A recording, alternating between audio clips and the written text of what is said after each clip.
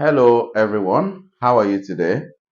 I've got a lot of calls from our students and even from prospective students about the Canada news, the immigration policies, and everything surrounding the study permits in 2024. And I promised you guys that I was going to do a video, and that is what I am doing right now. So, guys, those of you who are our own students, all right? And if you are planning to study in Canada in 2024 and you are thinking of the agency to go through, yes, Hamadon Nigeria would help you, will help you to navigate through this phase. So we're going to break it down and I won't take much of your time, okay? So let's start with the attestation letter. Attestation letters currently will not be ready uh, through institutions in provinces in Canada, across Canada until the 31st of 2024. All right, schools are working with the local authorities, with the government, and with the CIC to see how they can get this sorted out. Okay, so till that time, everyone has a grace. Okay, so if you have lodged your application in already and you are expecting a visa permit, your approval, yes, most likely it will come, but you still have a grace.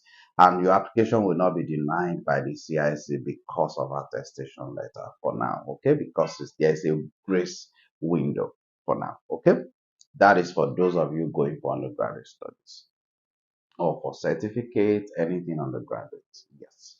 Now, does this affect postgrad students, whether you applied for graduate diploma, graduate certificate?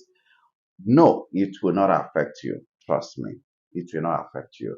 And it will not affect those of you going for master's and PhD programs. Okay? Now, your family members can still travel with you to Canada. I mean, your dependent and even your spouse, your partner can equally travel with you. But they would not qualify for open work permit. All right. What does that mean? It means that they will not be able to change job. They will not be able to work with ABC company as a project manager and then change job after some months and work for JJC company as storekeeper. All right. But they are actually eligible for closed work permit. I'll be explaining that to you next time when maybe next week I'll be doing another video to talk about closed work permits and open work permits. So it has no much disadvantages, trust me. And what Canada is actually trying to do by cutting down the number of study permits right now is to be able to ensure there is adequate provisions, okay, for students coming to Canada. All right, because currently they're having so much numbers, and it looks as if these students are not well take, being taken care of by these institutions, by host institutions. All right, especially those private institutions that are not working. They don't have the capacity, the enough capacity to cater for the number of students they are admitting into their school. So the Canada government is ensuring and is looking after you, the international student, ensuring that you get value for your money. It's a lot of money to pay 14,000 Canadian dollars, 18,000 Canadian dollars, 23,000, 33,000, as the case may be, depending on the program you are traveling for. Yes, they need to ensure that you get value for it. You have the academic quality, experience, the that's relationship, that personalized study experience that you paid for, because you're actually leaving Nigeria for a purpose. You are not studying in Nigerian universities because you needed that uh, experience, you needed that academic, you know, tutoring. All right, you wanted to be among the best internationals. You want to be able to come out after school to defend your certificate. Yes, they want you to have value for it. All right. So And also housing cost has also increased so much.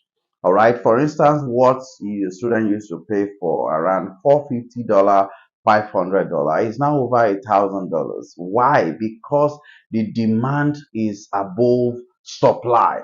All right. Demand is above supply currently, and government is looking at it that okay, the only way they can manage the situation right now is to cut down on the number of study permit approvals. All right, because there is no way the government of Canada can provide accommodation for all students within a short period of time, and the numbers are tripling. They are actually multiplying. Let me use that word. All right, so they're just trying to. The government is trying to ensure that people have good experience when they come to Canada, and they're also able to get good jobs after graduation. All right. So the good news for those that are going. So for those of you going for graduate diploma and graduate certificates, your post-study work will no longer be 1 year. By the time you are finishing, you will have longer post-study work visa. As it is normally before now, if you study for 1 year, you will get 1 year post-study work, and if you study for 2 years, you will get 3 years post-study work. They're trying to make sure that that is, that increases, and it will help you not to be under pressure to become permanent residents, because a lot of you go through pressure, especially those of you, because especially those students that usually get 1 year post study work because of their study duration. Okay, so it's a good one, trust me. And I would also like to touch the issue of what is that again? Programs that are not being approved. Yes, the good news is Hamadov only partners with institutions that run their own programs. All right, and their programs are awarded by those colleges and the universities.